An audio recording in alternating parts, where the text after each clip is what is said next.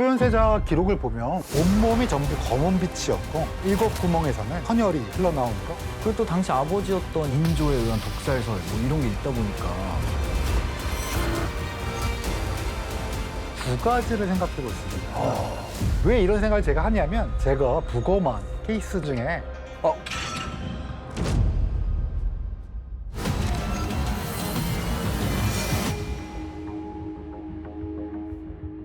법의학자 유성호 교수님과 함께하는 사인의 추억. 안녕하세요, 딘딘입니다. 안녕하세요, 유성호입니다. 자, 오늘 교수님과 함께 추억해볼 인물은 누군가요? 저희가 첫 번째 시간에는 마이클 잭슨을 했잖아요. 네, 너무 영광스러웠습니다. 네.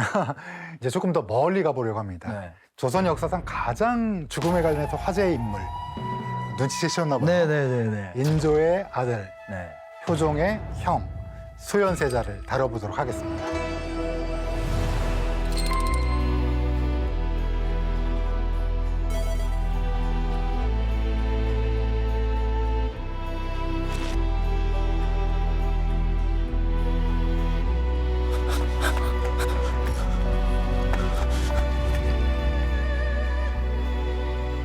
조선시대는 진짜 완전 예전이고 너무 약간 우리한테 미스터리한 곳이잖아요.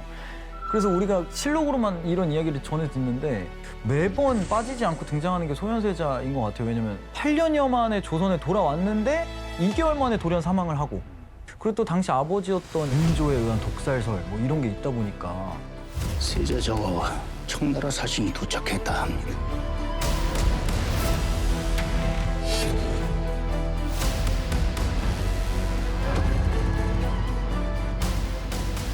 고생 많았다, 아들아.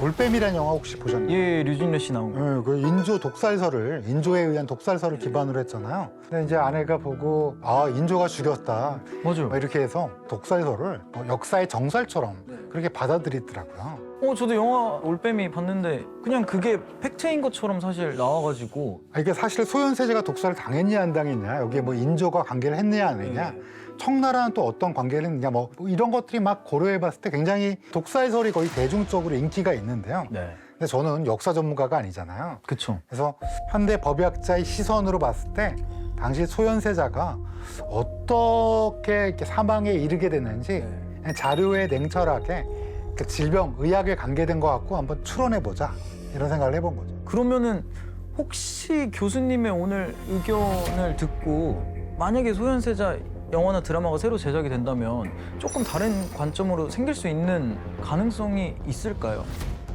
매우 조심스럽지만 네. 가능성이 있다라고 생각합니다. 다만 네. 중요한 건 이제 이게 옛날 기록이고 네네네. 이게 지금의 언어와는 좀 다른 형태로 표현돼 갖고 재해석해보는 거다, 이렇게 보면 될 것 같습니다. 이럴 가능성도 있을 것 같다, 이런 거죠. 그렇죠. 자, 먼저 소현세자 사망 당일부터 살펴보면 좋을 것 같은데, 인조 23년인 1645년 4월 26일의 기록인데 제가 한번 읽어보도록 하겠습니다. 50쯤의 왕세자가 궁서하였다. 세자가 10년 동안 타국에 있으면서 온갖 고생을 두루 맛보고 본국에 돌아온 지 겨우 수개월 만에 병이 들었는데 의관들 또한 함부로 침을 놓고 약을 쓰다가 끝내 죽기에 이르렀으므로, 뭐 이런 식으로 기록이 돼 있는데. 조금 네. 약간 마음에 걸리는 게 이제 함부로 약을 쓰고 네. 의사가 좀 잘못한 거 아닌가, 뭐 이런 생각도 들고요. 또 귀국 당시에 소현세자의 건강 상태가 사실은 썩 좋지 않았었어요.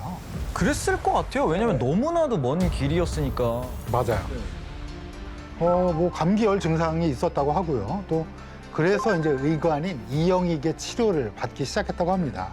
근데 이제 병세가 나아지지 않고 계속적으로 몸이 안 좋다가 사망을 했으니까, 그래서 올빼미에서는 이영익이라는 의관이 이렇게 죽게 한 걸로 나온 거죠. 네네네네.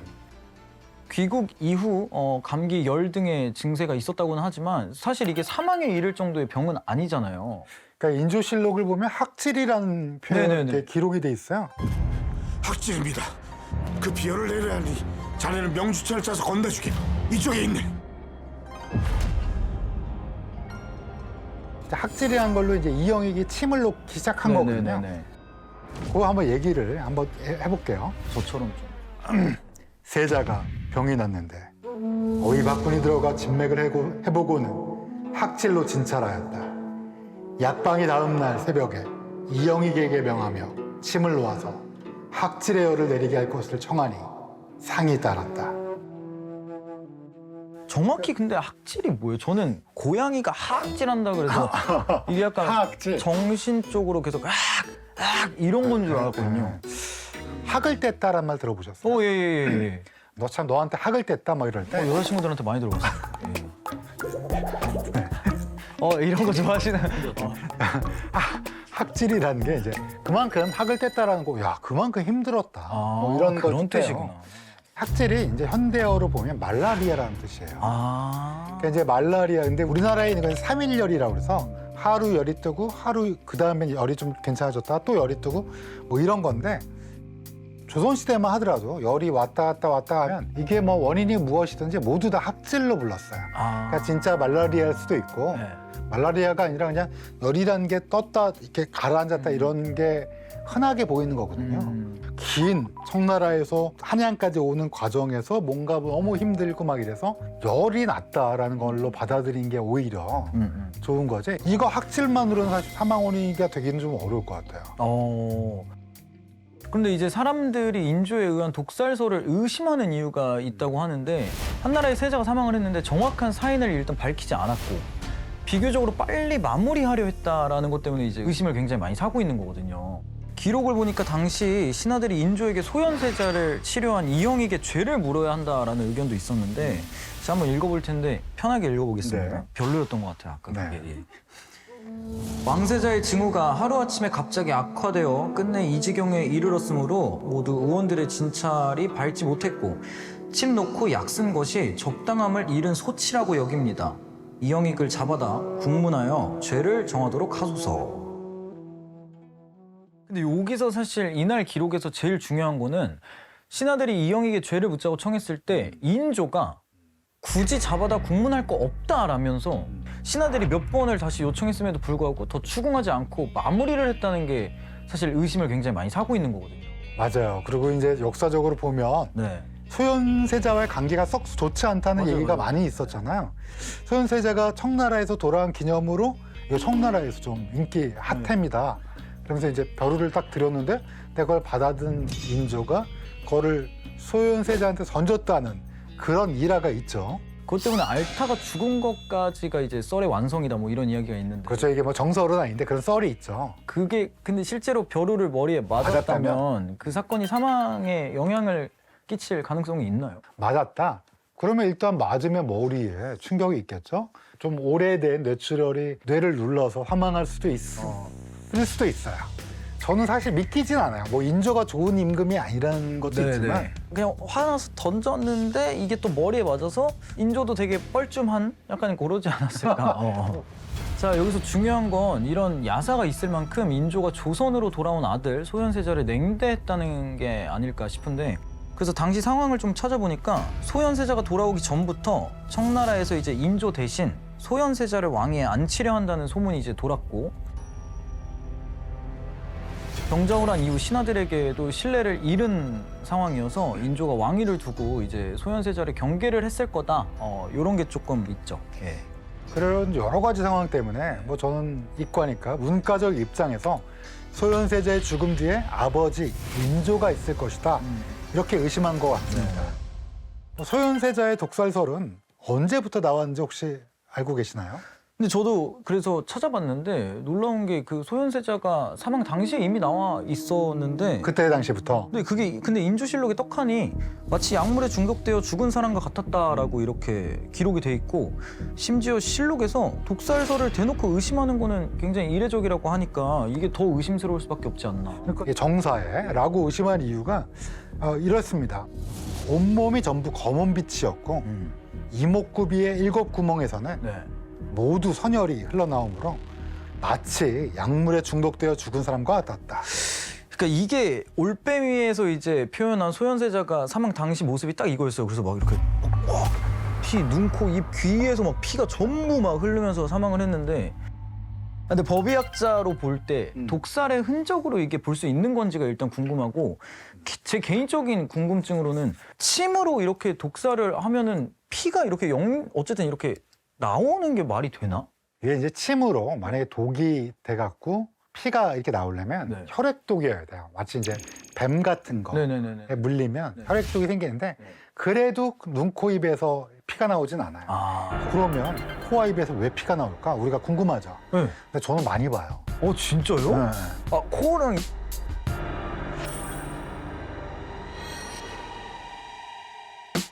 우리 몸에서 가장 먼저 부패가 되는 곳은 아랫배예요. 왜 아랫배냐면 장 중에서도 대장. 네네. 거기에 이제 대장균이 이제 우리 주인이 사망했다. 네. 그럼 막 증식합니다. 그러면서 부패가스랑 이런 것들을 분비하면서 온몸이 검게 변해요. 그러면서 코와 입에는 점막이 있잖아요. 네. 또 입술 안쪽에도 거기 혈관이 금방 부풀어 올라요. 그러면 터져요. 혹시 절에 들어가면 네. 옆에 문에 누구 있죠 혹시 아세요? 막 이런. 사천왕. 네. 이 사천왕이 어때요? 눈도 막 크고 울그락불그락. 되게 빡세게 생겼죠. 그렇죠. 이런 거 되게. 그러니까 좀 저렴한 단어를 좋아하세요. 재밌어요. 예. 그래서 그 이렇게 울그락불그락하고 막 이런 게 이게 이제 어느 정도 부패된 시신이에요. 한 며칠 정도면은 그렇게. 3, 4일 정도만 아, 돼요. 진짜요? 부풀어 오릅니다. 그래서 지금 여기서 표현한 건 저희 법의학자들 보면 딱 보다 부패된 거예요. 그러면 소현세자가 사망한 이유는 예, 소현세자 기록을 보면 네. 귀국한 다음에 시름시름 앓다가 2달 만에 죽었는데 과연 그랬을까? 그 전은 어땠을까? 그러니까 생애 전반에서 어땠을까? 그쵸, 저희가 딱 그 시기만 주로 알지. 그러니까 2달만. 네. 그 전에 건강 상태는 잘 모르니까. 맞아요. 네. 그걸 한번 살펴보자는 네네네. 거죠. 33세 남자가 27세부터 시작한 그거를 감정위원회 단톡방에 올리셨어요? 단톡방에 올린 거죠. 이런 증상들을 보면 2가지를 생각해 볼 수 있어요. 오, 완전 새로워. 이거 저 한 번도 이런 거 들어본 적도 없어요. 사실 조선왕조실록을 보면 조금 조심해야 될 게 다 네. 기록해요. 만약에 딘딘님도 한 며칠 전에 아팠다 그러면 옆에서 막 기록해. 그 다음 날도 아팠다 그러면 되게 아픈 건가? 막 이렇게 생각할 수도 있잖아요. 조심은 해야 돼요. 기록을 읽을 때. 다만 쭉 추이를 보는 거죠. 우리가 쭉 추이를 보면 청나라에서 8년 있었거든요. 네네. 청나라에 가자마자 이제 광란이라는 걸 앓습니다. 광란이. 예, 위장염에 막 토하고 막 근데 이제 청나라 초반에 위장염 그건 있을 수 있죠. 네. 그다음에 이제 산증이라는 게 걸립니다. 이게 이제 소변과 네. 관련된 거예요. 요도염. 맞아요. 요도염 아니면 방광염 네네네. 뭐 아니면 소변이 많이 나온다든지 뭐 이런 거 여러 가지를 비뇨생식계 질환이 할 수가 있어요. 근데 또 저희 청나라에 간 지 한 2, 3년 지나서 네. 부끄러운 곳에 딱딱한 돌기가 사마귀 같은 게. 맞아요. 그래서 처음에는 혹시 성관계 질환이 아닌가. 전체적으로 이렇게 봤을 때는 조금 가능성이 있는 것 네. 같기는 하네요. 생식기에 약간 또 비뇨생식기니까. 네네. 근데 이제 뭐 산증이 생기고 비뇨생식기 딱딱한 게 생기고 그러다가 이제 한 2, 3년째부터 오른쪽 마비 증상이 옵니다. 네네네네.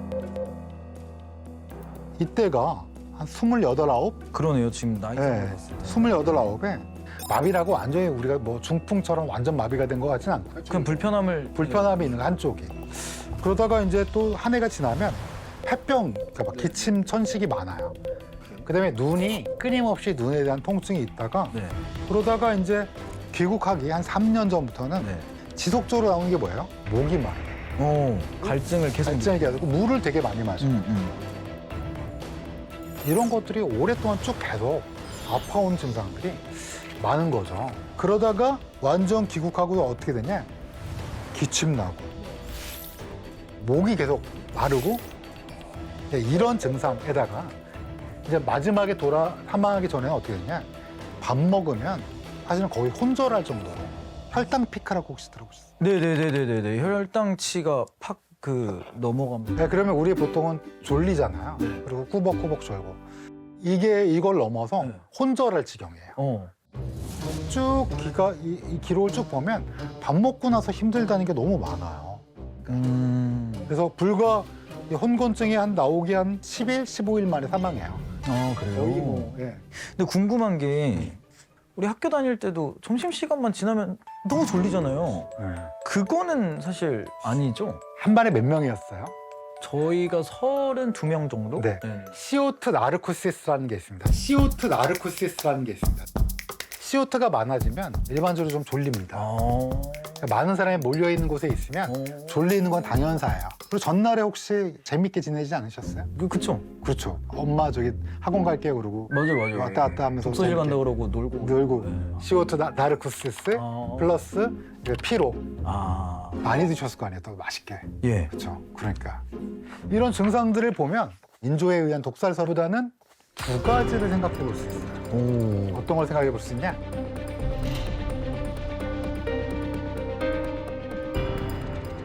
저희 이제 법의학회 대한법의학회가 있는데 네네. 감정위원회라고 있어요. 예. 이제 법원에서 감정이 오면 뭐 이분의 의료 기록도 보고 부검 기록도 보고 이래서 이게 무슨 뭐다 의견을 감정해 주는. 거기에 제가 뭐라 올리냐면 33세 남자가 27세부터 시작한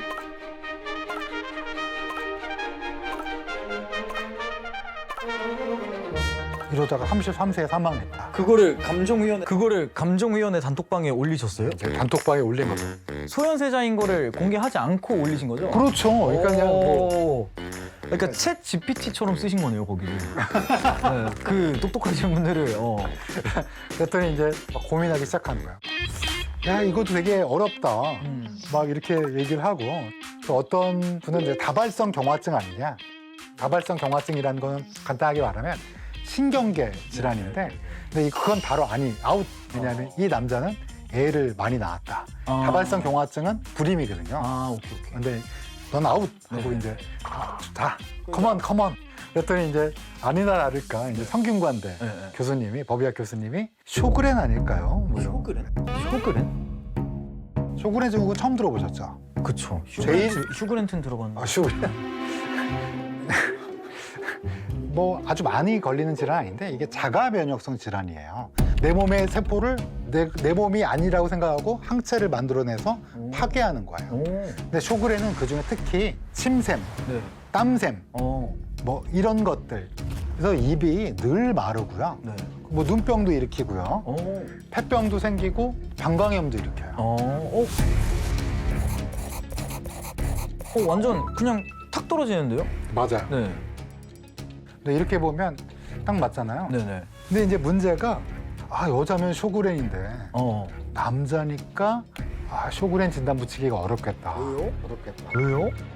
이게 한 90에서 95%가 여자가 하고 남자는 한 5에서 10%. 그러니까 쇼그렌이면 딱 좋은데 한 가지 약점이 남자가 좀 드문데 남자였다. 네, 그런 거가 있고요. 그러면 교수님은 어떤 병이 좀 의심스러우신지 궁금한데. 저는 혹시 당뇨? 일단 저 근데 당뇨는 좀 말씀하셨을 때 듣고 당뇨일 가능성도 있겠다라고 생각한 게 그 당뇨가 높으신 분들은 당을 많이 먹으면 안 되는데 밥을 먹고 그렇게 뭔가 후유증이 오는 거 보면은 이게 삼다라고 그래서 다음 물을 많이 마셔. 늘 목마르고 네. 그다음에 소변을 많이 봐요. 네. 그다음에 밥을 많이 먹어요. 근데 저는 소현세자는 일형 당뇨병이 자연 경과로 발생하다가 사망한 게 아닐까라고 추정해 본 거죠. 당뇨병에는 크게 일반적으로는 두 가지라고 얘기해요, 의사들이. 하나가 1형 당뇨병, 2형 당뇨병. 아마 우리 딘딘님이 아시는 당뇨병은 제2형 당뇨병일 거예요. 흔한 흔한 거. 네네. 그런 당뇨병이 제2형 당뇨병이고요. 제1형, 옛날에 이제 소아당뇨병이라고 불렀는데 사실 스펙트럼이 넓습니다. 그래서 30세까지도 많고 좀 더 어른일 때도 많고요. 췌장에 있는 섬, 쇄도가 없는 질환. 그래서 인슐린이 아예 안 나오는 게 제1형 당뇨병이야. 근데 제가 왜 제1형 당뇨병에 왜 하냐면 1형 당뇨병은 사실은 발생하는 이유가 자가면역 질환이에요. 내 몸을 내가 공격하는 거예요. 네, 그러면 우리 보통은 막 공격을 하게 되는 시작점이 뭐냐? 스트레스나 감염이거든요. 그래서 보시면 1637년 소현세자가 청나라로 끌려갑니다. 엄청 스트레스 받고 엄청난 스트레스.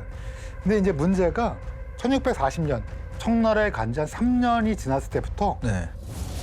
목이 타고 뭐 이런 증세가 조금씩 시작돼요. 네네네.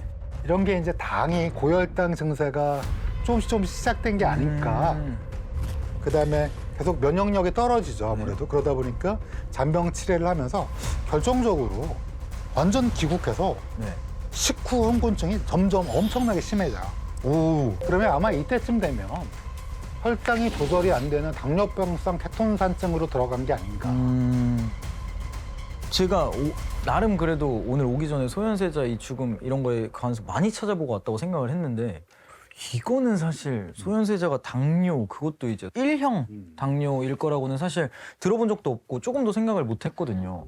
왜 이런 생각을 제가 하냐면 제가 부검한 케이스 중에 네. 28세 남성이 있었는데 이분이 자기가 1형 당뇨인지 몰랐어요. 네네. 24, 5세 때 당뇨라는 생각 해보셨어요? 거의 안 하죠? 그렇죠. 근데 제 부검 때 있었던 그 친구는 네. 군대 때부터 너무 몸이 안 좋아진 거예요. 그러면 좀. 그래서 이제 복학을 하고 막 그래서 27살, 8살 때 사망을 했는데 제가 부검해보니까 1형 당뇨였어요. 당뇨의 합병증인 당뇨병성 케톤산증으로 사망하게 된 거예요. 그러니까 아마 그 몇 년 동안 쭉 어떤 증상이 점점 안 좋아진 시기를 군대 때부터 5년 정도 이상을 겪은 거라고 하고요. 그러니까 이제 그렇듯이 자가면역 질환이 스트레스나 감염 때문에 발병을 했고 제1형 당뇨병으로 진행되지 않았을까라는 거를 추정해 본 거죠. 근데 만약에 그러면은 소현세자가 현대 치료를 했다면 어떤 치료가 좀 이루어졌어야 하는지. 현대로 모시고 오면 당연히 인슐린을 주사받기 유일하게 그 방법밖에 없습니다. 만약에 뭐 당을 줄이거나 뭐 이런 게 아니라 인슐린밖에 답이 없는 거예요. 그렇습니다. 근데 여태까지 한 번도 이게 나온 적이 없던 의견이니까. 그래서 뭐 저희 컨텐츠를 봐주시면 네. 그냥 그 한 법의학자가 경험 가지고 그리고 이제 여러 네. 이 자문위원회라든지 높으신 분들. 예, 이런 걸 통해서 이렇게 해봤더니 이런 질환들이 나오더라. 이거는 그냥 법의학자의 시선으로. 그럼요. 현대적으로 한 본 거니까. 법의학자의 시선과 뭐 이런 것들을 한번 해보는 거죠. 그럼 마지막으로 이제 교수님이 생각하시는 소현세자의 진짜 사인을 정리를 좀 해주신다면 좋을 것 같습니다. 사실 독살을 주장할 근거는 저희 법의학 쪽의 입장에서 보면 저희 법의학은 독살에 되게 민감하거든요. 네. 근데 제시된 기록만으로 봤을 땐 독살일 가능성은 상대적으로 낮아 보여. 매우 낮다. 다만 이제 이 기록만으로 어떤 특정 질병을 추정하기는 어렵지만 제1형 당뇨를 생각해 볼 수 있지 않나. 결론적으로는 병사일 가능성이 높다라고 판단합니다.